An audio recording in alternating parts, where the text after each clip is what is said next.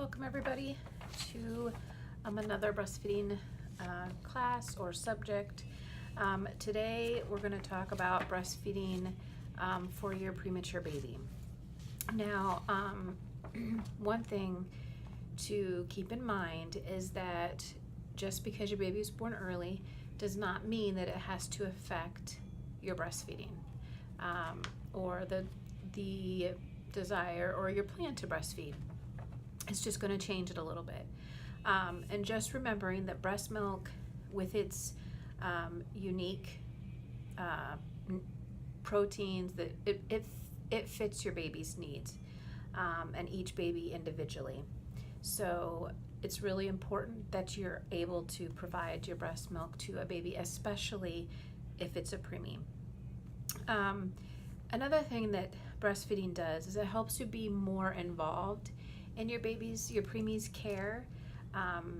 There's not a lot you're going to be able to do, and you may not even be able to provide all the milk that your baby needs or all the food that your baby needs, but being able to provide even the smallest amount is going to not only help your baby, but it's going to make you feel better, make you feel more like you're actively taking a part in the care, and it's going to help with your bonding, with you and baby's bonding. So some feeding challenges, there are going to be possibly some feeding challenges. Depending on how early your baby's born, they may not have yet developed the coordination to suck, swallow, and breathe at the same time. So actually feeding at the breast might not be possible.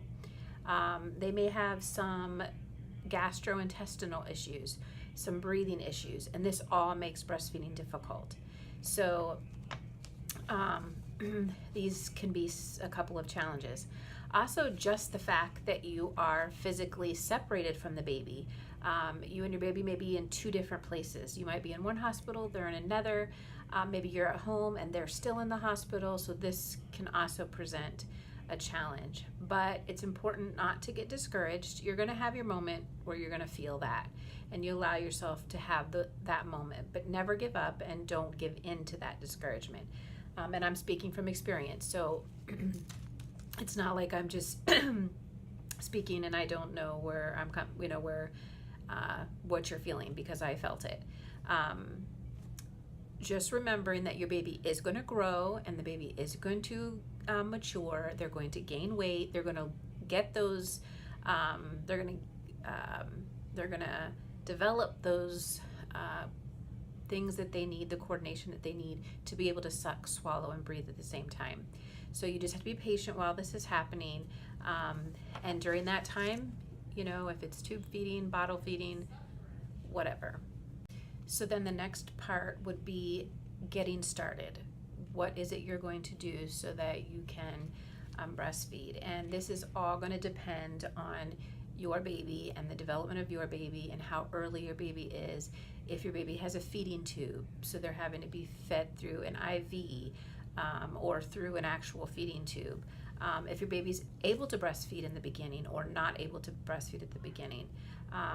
If you cannot breastfeed your baby at the beginning, you're going to want to begin pumping and storing your milk as soon as possible after the birth. This is going to make sure that your supply is being built up for when your baby is mature enough and able to come to the breast. So the first few days after your baby's birth, you're going to want to pump at least every 2 to 3 hours. Once you notice that your milk supply is established, then you can begin to pump about 8 to 10 times a day. You can go less, but I would say not to go less than 8 times a day, just to keep that supply up. That's the most important. You want to keep the pumping steady, and you want to keep that supply steady, and you want to keep it ample. You want to keep it full and strong. And so pumping 8 to 10 times a day is important. You don't have to then watch the clock. Maybe you have a period of time of like 3 or 4 hours where you could pump every hour for 15 minutes, and then maybe you have to work for 4 hours or something, and then you pump a couple hours, you know, so you have to pick when you can do this pumping, but just making sure you get at least 8. Now, once your baby is able to suck and swallow, then you can start trying to put the baby to the breast. And when this happens, you want to try to do this every 2 to 3 hours or more. So a baby can breastfeed anywhere between every 1 to 3 hours. And a preemie who is learning to suck and swallow, who still may not be real strong at it, may need a little more time. So breastfeeding as often as possible would be important. Remember that they do feed, you know, being a preemie, they're going to feed slower, and they may tire easily. So you may need to take the breaks and feed more often. That's why every 2 to 3 hours, maybe for an older preemie, but if a baby even older, if they're struggling and they tire easily, then you're going to want to breastfeed more often and allow more breaks in between. So this is something that when you are talking with the pediatrician or whoever the healthcare professional is, you can get their opinion and their help. Sometimes they'll want you to supplement, and so if that's what's needed medically, then that's what you want to do, and you should feel no guilt whatsoever. Another thing that's really important is kangaroo care, or that skin to skin.